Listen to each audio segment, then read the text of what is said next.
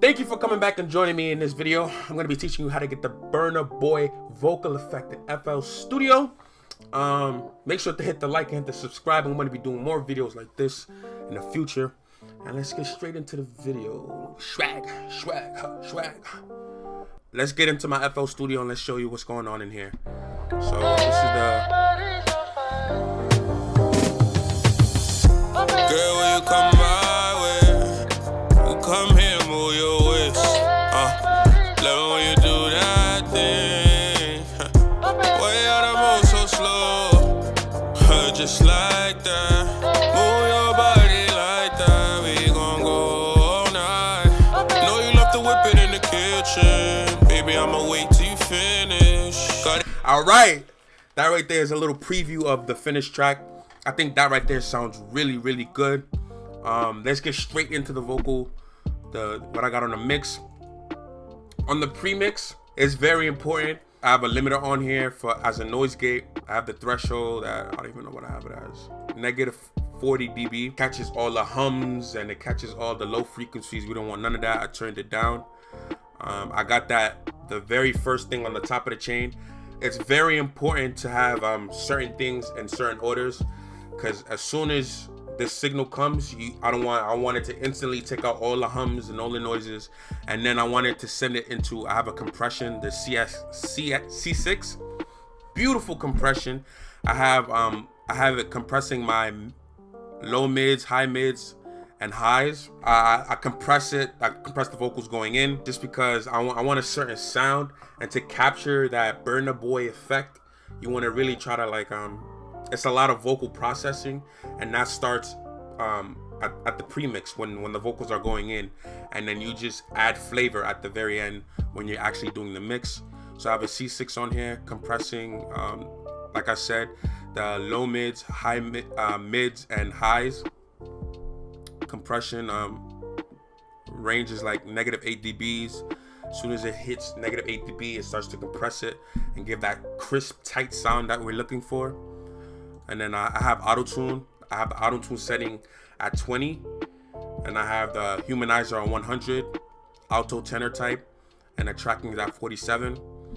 I didn't want to go too heavy on the auto-tune because Burna Boy's voice is really melodic, so he doesn't really need too much auto-tune. The auto-tune just adds a little flavor, keeps the notes in pitch.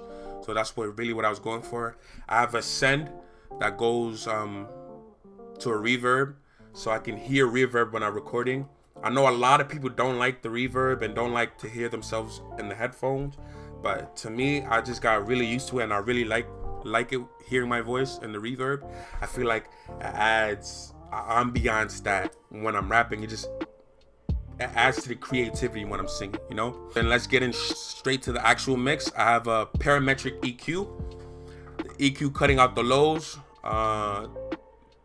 I'm cutting out about 120 hertz.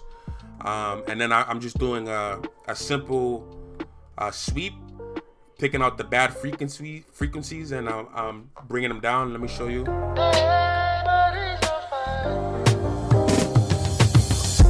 Girl, will you come my way? One of the bad frequencies. Come here, move your waist.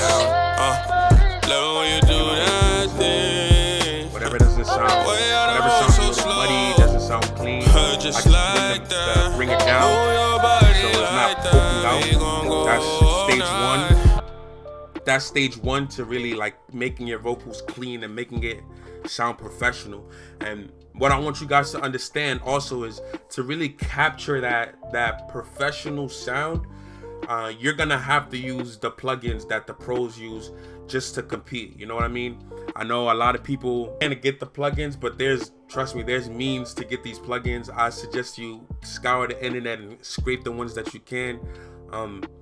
If you want to compete with the big boys in these leagues, go get these plugins.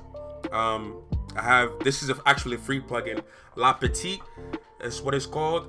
It's like a harmonic distortion, and it's beautiful. When you add this to the when you add it to your vocals, it just adds this flavor, this sauce that it's just, let me show you.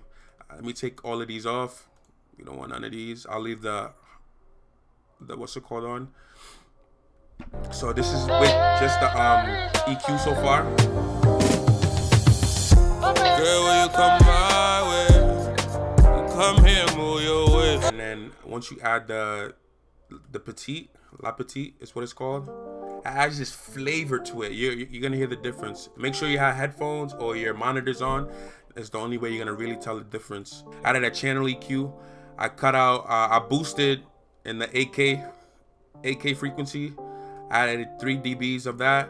I boosted the 4.5K range. I boosted 2.5. I'm in the low mids.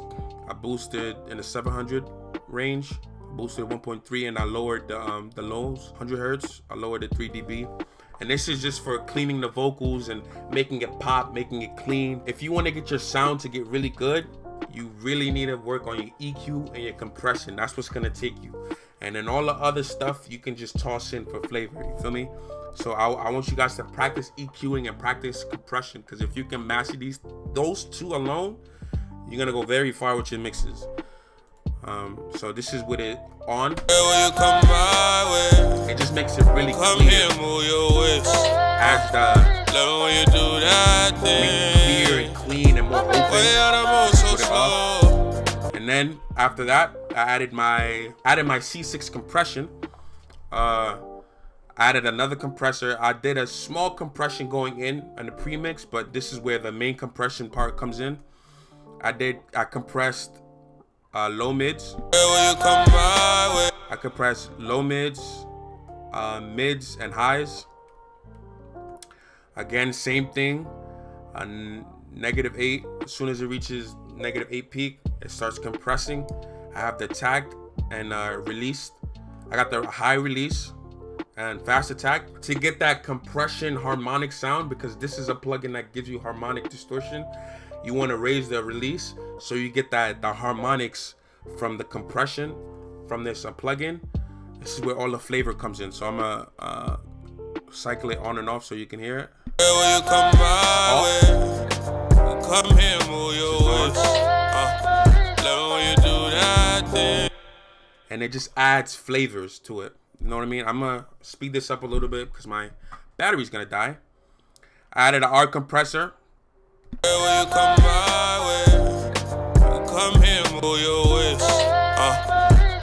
And basically, once you understand the thresholds, ratio, release, and gain, you can really, you know, fly through the mixing process, because you instantly know, okay, I just gotta bring the threshold down so it reaches this, it'll compress this much. I just gotta raise it this much because it'll compress it, reduced it by 3 dB. And once you really understand that, you can start really messing around with the plugins. And then at this point, I added a de-esser. Catch all those harshness. It captures it, changes it, makes sure that it's not too harsh on the ears.